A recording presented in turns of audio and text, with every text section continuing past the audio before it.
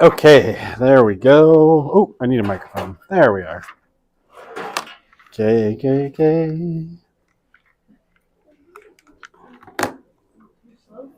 I guess so.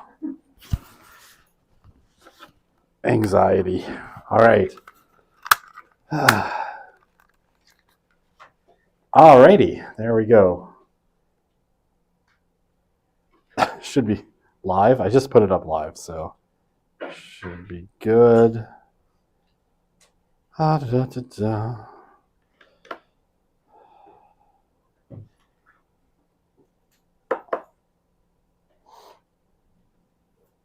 let me go over some questions here to start. So we have like 5 slides to get through today, and then some review. So we're gonna try to move with alacrity through what remains, and then get to exam review and answer as many of your questions as I can before we get to the exam.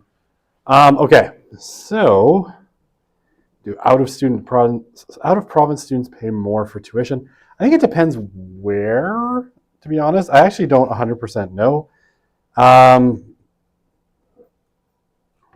But I know in Quebec that's certainly the case. Whoops. Didn't mean to do that. I think honestly it's become more just like people consider if you have a bachelor's degree, you have more, like, it's almost like an IQ test, right? Like an ability test to see if you can maintain tasks for longer. Why it's become the base, it's just there's more of it. Specialized BAs. Obviously, specialized BAs would be worth more, right? And especially vocational ones tend to be worth more in the market. Generalist ones, not as much. Okay.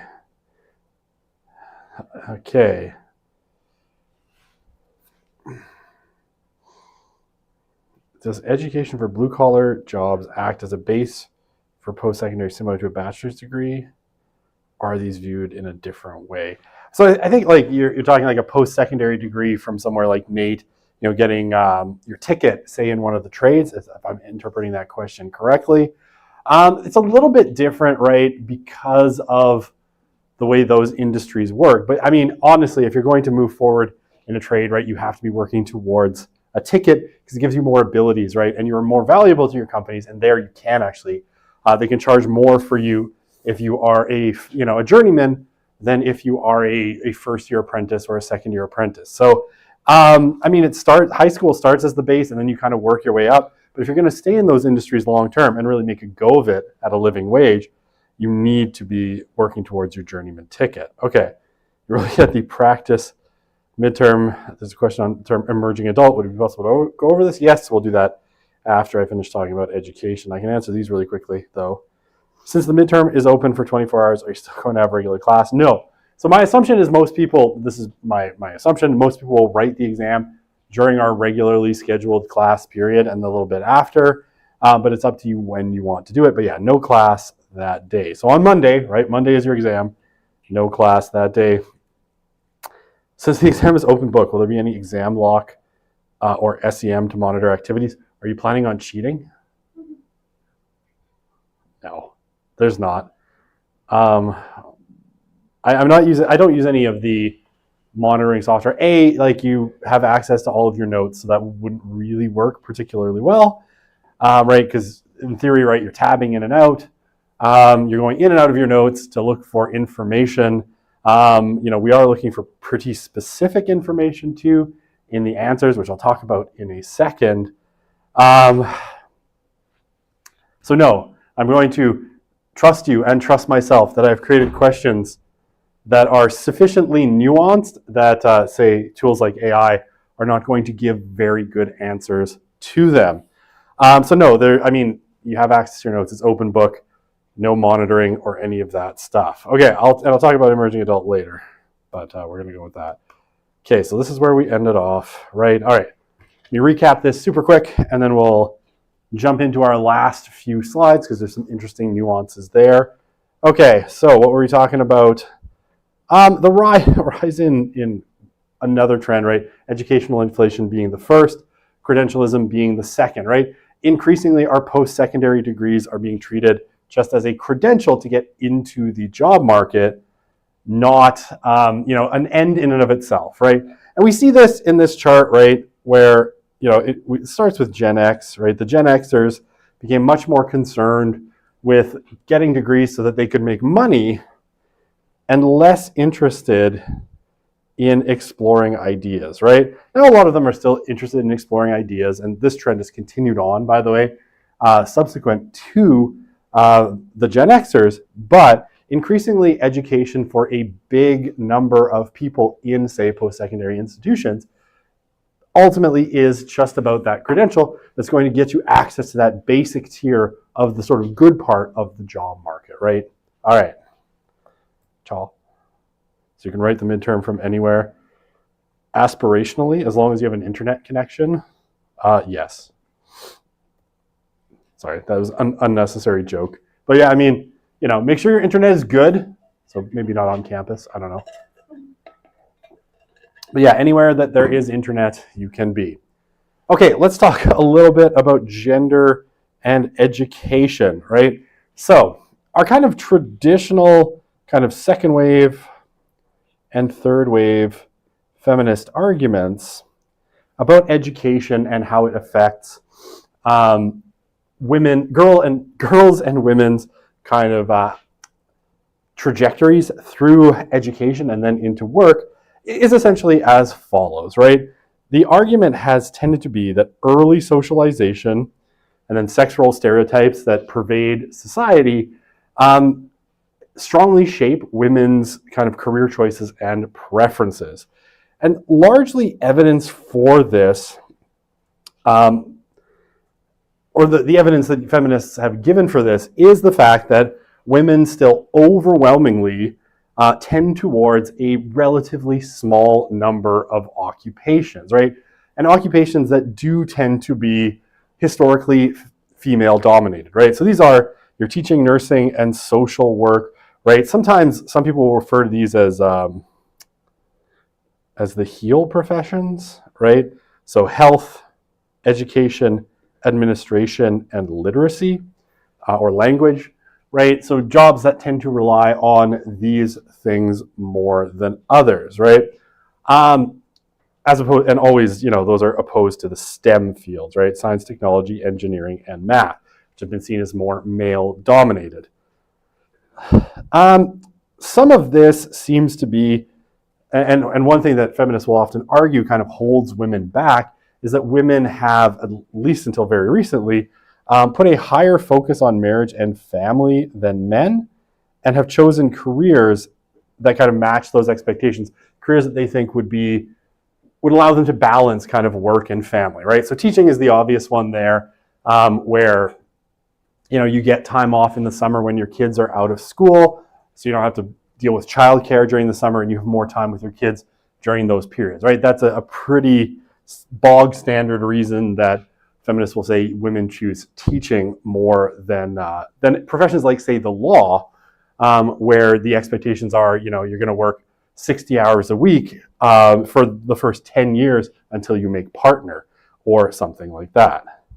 Okay, so now general trends in education, I think, tell an interesting, if slightly different story maybe than the traditional feminist account.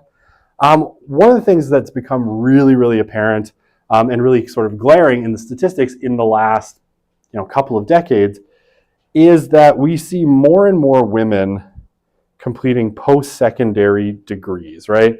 To the point where, and I'll show you this in a second, the actual statistics. The percentage of women in Canada holding undergraduate degrees is now considerably larger than the percentage of men holding undergraduate degrees, and that gap seems to be getting bigger over time. It hit parity, and then quickly women sort of pulled ahead. Women are enrolling in far more undergraduate programs than men are, and men seem to, for some reason, be opting out of undergraduate education or university education in relatively large numbers. Okay, now, some things to note on this chart, right? So this is kind of a distribution of where those undergraduate degrees go. If we look at our traditional STEM fields, right? So science, technology, engineering, and math, we see that men still, are in those programs considerably more than women, right? There's a pretty big gap between men and women in those particular programs. And it's not quite a mirror image, but you can kind of say it's close, right? Any non-STEM field, right? We basically have the opposite, right? Way more women than men. So women are tending still to enroll more, and again, I'll use this term, the HEAL professions or the HEAL programs, more than men are, and men take up more space in the STEM programs than women do, right? Okay, the picture gets a little bit better, right, if we include healthcare in the STEM fields, right? As we count healthcare as science, we include nursing and medicine, right? And I'll talk about doctoring, right? People getting their MDs. Women are very quickly kind of overtaking men in this field as well. So if we add, our medical fields, the gap gets smaller, though still STEM is male dominated there, right? So if we moved the H over to STEM, if you will. Okay, that's probably bad. I don't know how to fix the acronym if we add an H to STEM. It doesn't work anymore. But, if we moved it over there, and then the other one becomes EAL, which also sounds bad, it gets a little bit closer. And the big difference the thing that seems to drive the difference is this, right? When we look at our math-intensive STEM fields, right? So engineering, engineering and other, let's say other math-intensive folks. I can't think of what else is math-intensive in sciences for whatever reason. I'm thinking like physics, but how many people are enrolled in physics? I don't know. We see, right, a lot more men and very few women, right, in like less than 10% of our overall undergraduate bodies are women engaged in math-intensive STEM fields. If we look at our less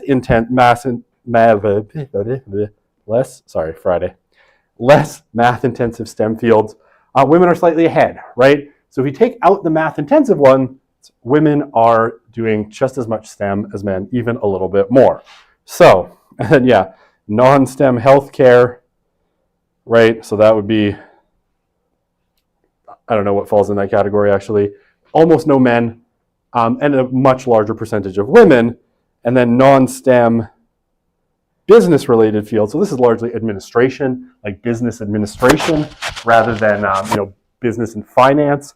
Then you have slightly more men, right? So what's the takeaway from this chart? Women are getting a lot of undergraduate degrees. They are still concentrated in these non-STEM HEAL fields, right? HEAL field. It almost rhymes. Men still dominate our traditional STEM fields and our math-intensive STEM fields by a fair margin, though, that gap has closed over time. Okay. So,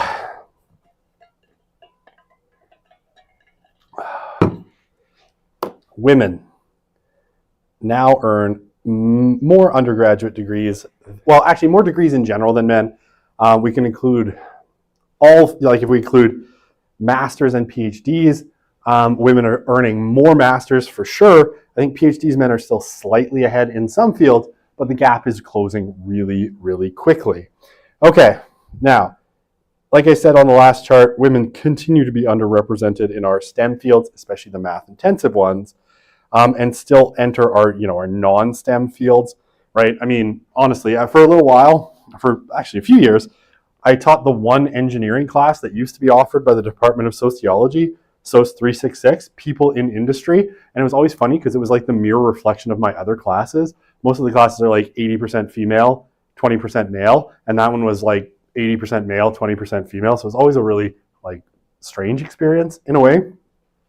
But yeah, the engineers are just like the mirror image of the social sciences, male to female.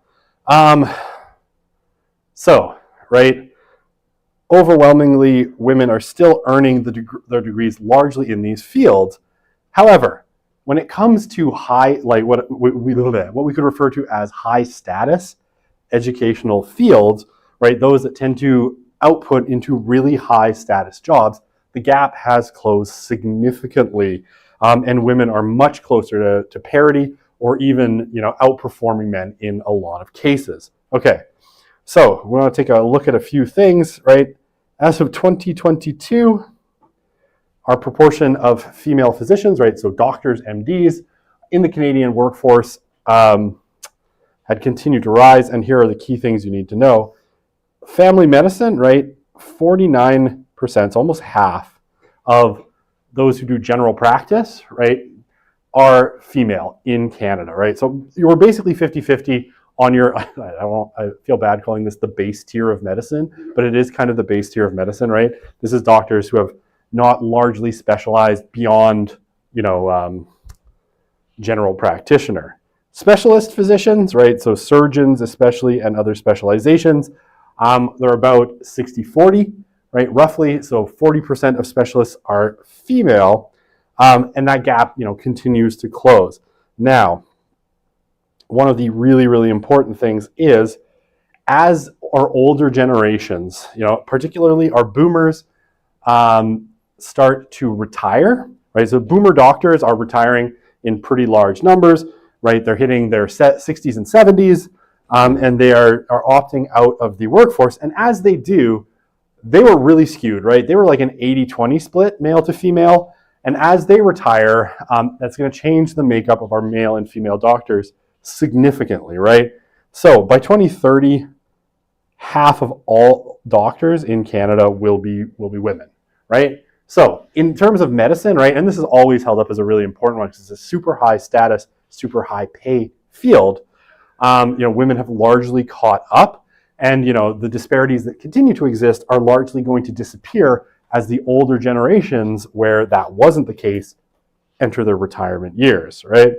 All right, and 2017, so another high status profession, which is law, right? As of 2017, in Canada, women were a little bit over half of law school graduates and made up just over half of enrolled law students. Now, so basically half of our young lawyers are going to be women, right? Or actually are women as of 2017. So that's already almost a decade ago. And that, I don't have more recent statistics on that, but that split is likely to continue. And actually, I would suspect it's going to become somewhat more female dominated as time goes on, given how much women are outperforming men academically. All right. Now that said, as of 2023, so a couple of years ago now, about a quarter of law firm partners were women, which was, had risen about 7% in a 10-year period. It will continue to rise, but there are certain pressures of the law profession that do seem to continue to work against women, particularly once women want to have children, they often move out of the partner track, right, at law firms, simply because the partner track is so demanding in terms of time. It's hard to balance with family life. Okay, so what's going on with the boys?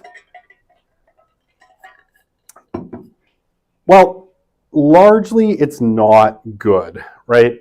And we'll talk about this more. I know I keep promising future things, but we will talk about it more when we get to the unit on, the boy and men crisis, because there are some really, really stark figures, and it seems to be a global trend. But boys are performing worse in school, and that trend seems to be accelerating, right? It's been going on for a long time, really since like the 1980s. Boys have been falling behind, doing worse academically, less undergraduate enrollment, and all of that, at the same time as girls have been kind of surging ahead. So there is a big debate, which we will delve into, I promise, about boys being left behind and what the causes of this are. This is one of the earliest books that sort of talked about it, which is Leonard Sax's Boys Adrift, where he blamed, video games, teaching methods, prescription drugs, environmental toxins, and the devaluation of masculinity. All of which I think there's a certain case to be made for all of those, and a sort of cumulative effect of a lot of these things. Other kind of cultural critics, and I'm sure you wouldn't have to go far on YouTube to find them, have blamed this generally and the decline of kind of men on feminism. I think what is probably a better explanation and something that makes a lot more sense is that the economic macro trends that we've seen going on, we'll talk about that in the work unit, largely have advantaged women and played to their relative advantages, and disadvantaged men in pretty serious ways, right? A lot of the jobs that men used to do that were really high pay, high status, have just disappeared, right? They've left the market altogether. At the same time, and I think there is a case to be made for this, given how far women were behind in a lot of fields, in earning power, in undergraduate completion rates, and especially in participation in high status fields, there was a lot of focus on basically helping women catch up, right? Starting in the 1980s, really, a big push through the 90s and 2000s, sort of closing the gender gap. And it's, I think, largely been quite successful. I know there are still things that need to be changed, but it's been very successful. Women economically are doing considerably better than they have at virtually any point in history, right?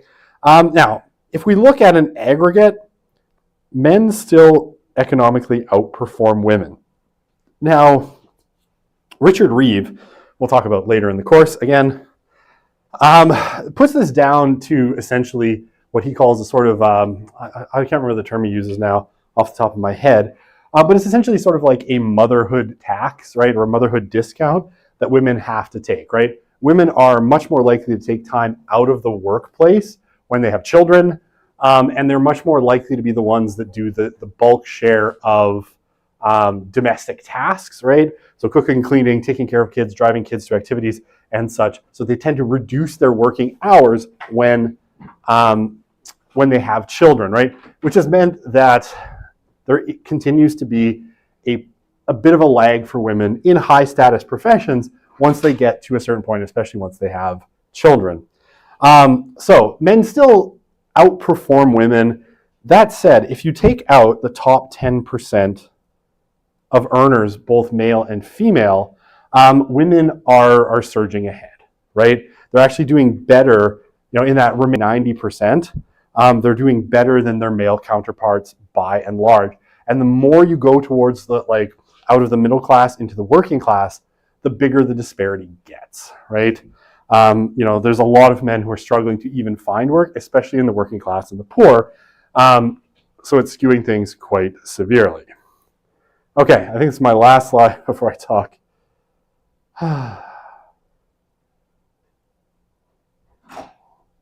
Okay. All right. Okay. Well, this is my last slide, I think, and then we'll talk exam. We have about 25 minutes left. Okay, so college enrollment amongst our young Americans has declined over the past decade, and I described this, right? That Gen Z cohort is smaller, so we're seeing kind of slow declines in enrollment because there's less young people, right? The demographics are such that we just have fewer young people, and you're going to see declines in enrollment. Okay, in 2022, total number of 18 to 24-year-olds was down approximately 1.2 million from its peak in 2011. And a large part of that, about 1 million out of those 1.2 million, are fewer young men enrolling compared to just 200,000 fewer young women. And the Canadian statistics look relatively similar. So men are now about 44% of young college students, down from 47% in 2011. Okay.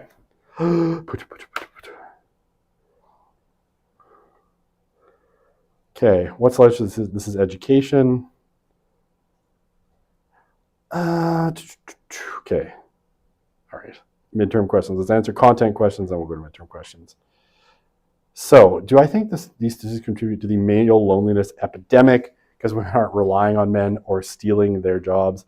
I mean, I think yes. I think when we talk about the male loneliness epidemic, I really do think that is a real thing.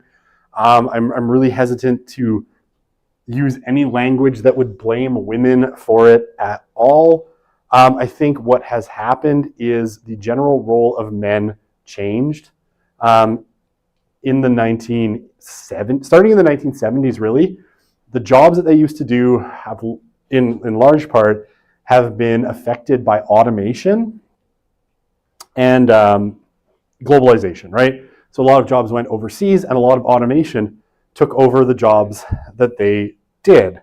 I have no idea if that's true or not, actually. I don't know how one would know. I don't keep up on abortion statistics that closely, to be perfectly honest. So yeah, I do think there is something to be said for women relying on men less, right? I think women are much more economically independent because they are able to get really good, high-paying jobs, and men sometimes aren't. In terms of stealing their jobs, I just think it's that the job market has fundamentally changed. And a lot of the jobs that men used to do are just gone and not coming back. And men haven't figured out how to bridge that gap or what other jobs men could do. And, women are just, doing jobs that have come into existence that pay really well and offer really good benefits increasingly. So, yeah, I don't think it's stealing jobs. I think it's a lot of the jobs that have been created are just more jobs that women are interested in and jobs that men often find challenging for a lot of reasons. So that is what I will say. Okay. Can I give an example of an education policy favoring girls? Okay. So one of the things that has typically been the case, and the thing that advocates of this particular point will say, is that there's been a big focus, say, on programs to get more women into university, into STEM programs, right? A lot of money, time, and energy has been spent kind of trying to get girls into high status professions. And very little attention has been given to boys, and especially the fact that academically, boys seem to be really struggling. But again, I got more on that later. Okay. Is it true that 1/3 of Gen Z was aborted? I have no idea. I have to say, I don't know. Okay. Looking at the practice questions. There's a question on the term emerging adult. Would it be possible to go over that? Sure. I talked about this kind of extent. Okay, and I will say, any of those practice questions are not going to be on the exam, right? So you don't need to worry about it. And all of these are questions usually that I've taken out because maybe I changed the course a little bit, but they're still reasonable examples. But the term emerging adult, right? Largely it emerges out of the fact that young people are taking longer to mature, right? And taking longer, especially to step into some of those adult roles. So we kind of talked about this with millennials, with Gen Z, right? Even with Gen X, right? They get married later, they have children somewhat later. Careers are something that get set a little bit later because they're in school for longer. So sociologists, I can't remember the name of the sociologist now off the top of my head. I'm going to regret that later. Sort of started talking about 19 to 29 as a period of emerging adulthood where you're moving into those adult roles. Whereas in the past, right, with the boomers and Gen X and the silence, you turned 18, you got out of high school and immediately, or you did your university and you immediately got married, had a family and all of that stuff.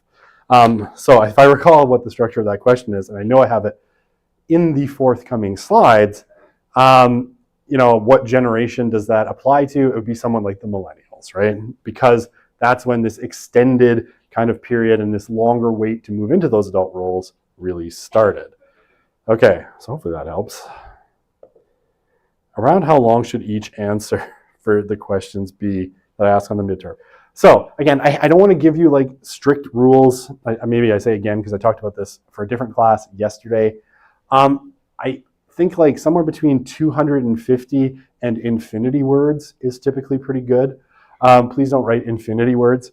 But anything below 250, I generally find the answers are fairly incomplete and are going to get you fairly incomplete grades, right? Now that said, it's not a hard limit. It's not even a soft limit, right? If you write 235 words and you're like, this is a great answer, I'm really confident in it, go with that. Don't write me 2 more sentences of gibberish, right? I know it sounds silly, but it adds up over time, right? With all of the students. If you're pretty confident there, and if you want to write more, right? Some people write really fast. If you want to write me 500 words or, something the equivalent of War and Peace occasionally comes out of 1 or 2 fairly, shall we say, special students that have a talent like no other. I will still read those, but I might curse you secretly because they're really hard to read and they take a really long time, right? But there's no hard cap, but I would say aim for about 250 word, which is about a double-spaced page in Word, or a half page not double-spaced in Word or Google Docs, and that should be about right, mostly, as long as you've got the facts right. Don't come to me and say, you told me to write 250 words or 250 words. Like, yes, but your words are gibberish. That might happen. Yeah, please. And you said that because it's on Canvas, it's better to write it in Docs or Word first because it doesn't save it, correct? On very rare occasions, Canvas will crash on you and you could lose an answer. So my recommendation would be to just make sure everything is written somewhere else and then, transfer it in so that if it comes down to it and it gorfs and you lose everything, you can email me and be like, oh no, everything fell apart, no answers saved, and we can fix that, right? So that would be my recommendation, right? And if it fails, right, you still have the answer, you're not stuck having to rewrite it or backpedal. So yes, I would highly recommend using a word processor, whichever one you prefer. If you want to use notes on your iPad, I don't really care. But just save it somewhere else. How hard do I mark? So hard. No, I don't know. I have no objectivity to speak of this. Ho-hum, how to answer this question? I'm stern but benevolent. I'm because it's open book, I do want you to put in a fair level of detail, right? Really vague general answers are really vague general answers, and they're going to get you really vague general marks, right? So if there's some specific statistics that would be really useful, definitely put those in, right?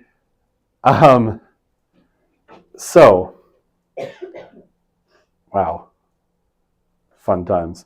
Can I tell you what the questions are going to be? No, that would ruin the surprise. Also, it's a shuffle, right? So I have a bunch of categories, right? We have 3 units. I have a bunch of categories and it just draws a random question out. So even if I wanted to, 2 people shouldn't get particularly similar exams. But no, I'm not gonna tell you the questions in advance. You have to wait. But I wouldn't say I'm the hardest marker if I'm being honest, but I'm looking, because it's open book, for a good level of detail and understanding, right? And if you definitely misunderstood a concept, it's going to cost you. Will the graphs and charts on the slides be useful for the midterm? I think certainly, because they're going to give you information that you can use to answer the questions. Yes. You assume I won't be reducing marks based on spelling, grammatical errors. Yeah, that's right. And don't worry about citing anything, right? Don't waste your time doing APA or Chicago citation, though I love my Chicago citation. You don't have time. It's 90 minutes. So don't worry about the fine part, the finesse parts. Get the answers down with as much detail as you can. That's what I care about more than anything. So that is the key, right? So if there's a few spelling mistakes, sometimes they're funny, but as long as I can understand what you're trying to say, you should be good. Your Toyota Corolla says you should give us the questions. Yeah, well, Toyota should lower their prices, and then I could buy one too, and then I would agree. Okay. Also, I don't listen to inanimate objects for teaching advice.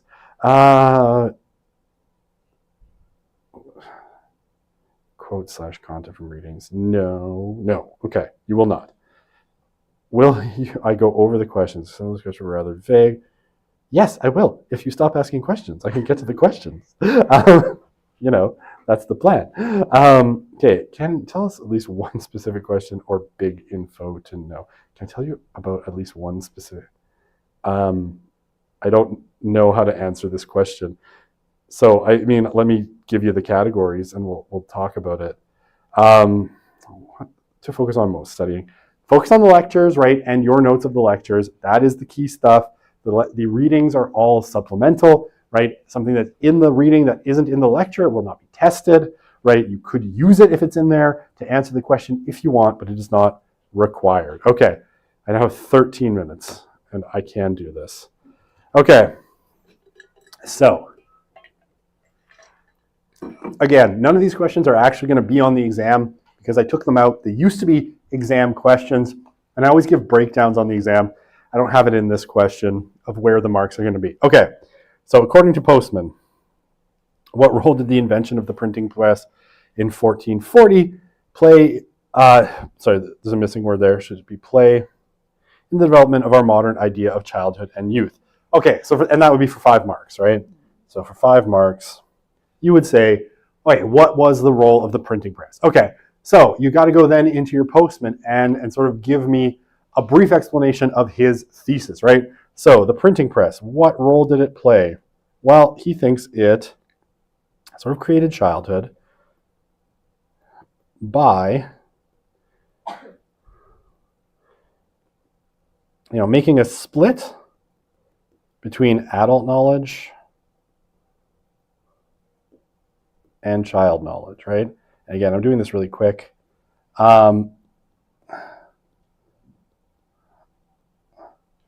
Okay, and as a result, children needed more time to reach adulthood. Okay, so that's the really easy part, right? That's the basic argument. Then what you have to do, right, the historical process. Okay, so we start, you would start here in 1440 with the invention of the printing press. And I'll just do this verbally because if I write it, we're going to run horribly out of time. But what happens, right? Okay, so you get the invention of the printing press, right? And suddenly people start printing a lot of books. And so you get that kind of stacking knowledge, right? And in order to increasingly to be a functional adult, you're going to need to learn how to read. And in the intervening 500 years, and you can go into the notes and find dates, stuff starts to happen, right? By, 1660, we have our Presbyterians, saying we need public schools, essentially.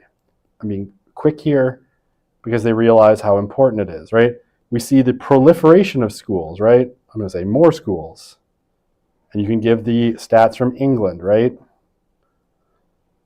So it grows really quickly within a couple of centuries of the printing press. There's a school every, 35 miles, right? So it grows and grows. It becomes a more and more consistent goal as we put kids in school, right? So more kids in school, we notice more things about them, like their abilities and that they're different, right? And we get the emergence of things like pediatrics, books about children, clothes for children, literature for children. I don't remember the exact date. I want to say it's like 1735 or 1775, right? We get the first book specifically targeted at children. More consumer goods for children. We start to get that split between, and probably for this question, adult and child knowledge. So we get the return of shame, a split of the public and private,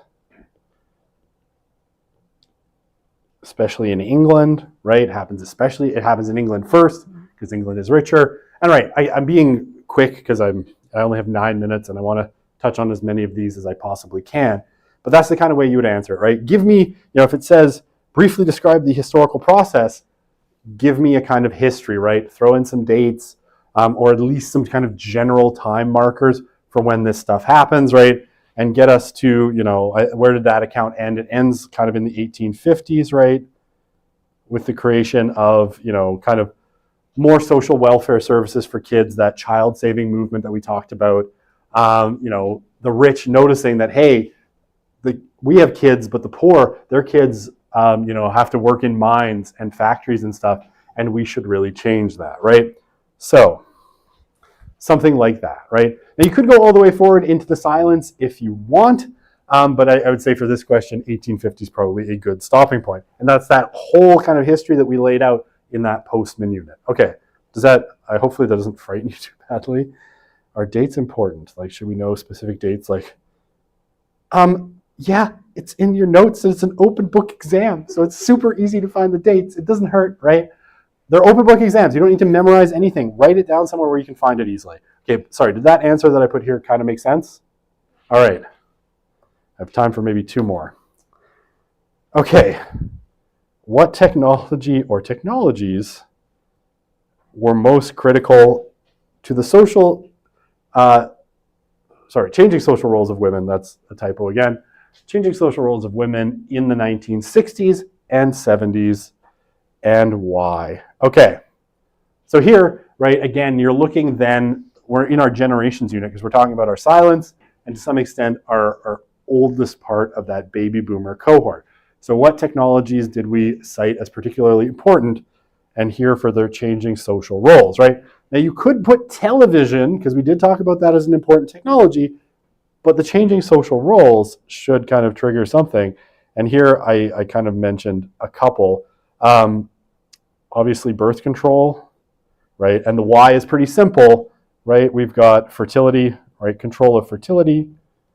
Women are able to have fewer children, which allows them to, enter the workplace faster, right? After having children, after starting families, they can go back to work more quickly and they can control the tempo at which they have children more accurately, right? So they have fewer. So birth control would obviously be one, but don't forget and don't stay at birth control because this question, right? Technology or technologies. I also talked about, let's say our labor-saving devices, right? And then we got our washing machine, which is the big one, the dishwasher, the microwave, and a vacuum, the great and powerful, the being that all cats fear. Okay, so, and the why on these, right, is all about social reproduction. Oh, the barbarian students already stand at the door, waiting to come in. I'm assuming they're doing a test today because there's already students like hanging out by the door and they've been there for like 10 minutes. Like, we must come in to have our seats for our exam that is in a few minutes. Okay, right, that's social reproduction. Women used to spend a lot of their time doing those domestic tasks, and basically that was their principal occupation. Once you can automate those, the time they used to spend doing that can be spent working. Okay. 5 minutes. I can do one. Okay. Does 5 means 5 things? Because that really threw me off. No. All of these questions are out of 10. So, you don't need 5 things. It's just 5 marks. There's no easy way to spread this so that it kind of makes sense. So that every question is like, oh, there's 3 marks here and everything still adds up to 10. Because I'm lazy and I want everything to add up to 10, so every exam is out of 50, so it's super easy to calculate the grades at the end. Sorry. It just kind of makes sense to make everything worth the same, and then I don't have to weight individual questions, right? So they're all out of 10, and the 5 does not mean you need 5 things, though that is a good question. It just means you're going to get 5 marks out of the possible 10 marks for this part, right? Okay. Unless I specifically say list 5 things or list 2 things. If I say list 2 things, you can sort of assume that each of those is going to be 2.5, right? So if it's out of 5. If it's out of 6, then it would be 3. Okay, are dates important? Yes, okay, I answered that. Okay, all right. So this was the question that this person was referencing, right? Define the term emerging adult. So I did that already, so I won't redo it. When did this concept emerge, right? Time period or generational cohort.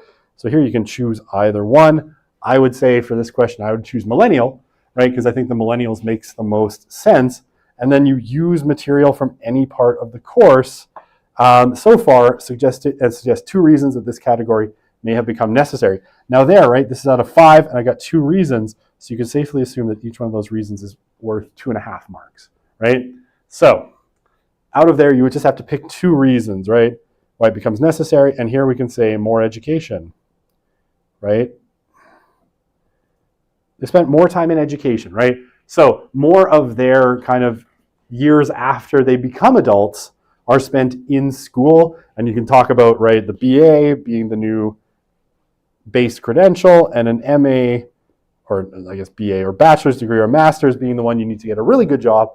So it extends the period of education by anywhere between 4 and 6 years, meaning that they start moving into those adult roles later, right? And the millennials are a good example of this. If you go back in the slides, what you'll see is the millennials started earning later, right, because of that extra education, which is why in terms of wealth, they're a little bit delayed from where the boomers were, right? So they take longer. And then you can talk about, I don't know, having kids later.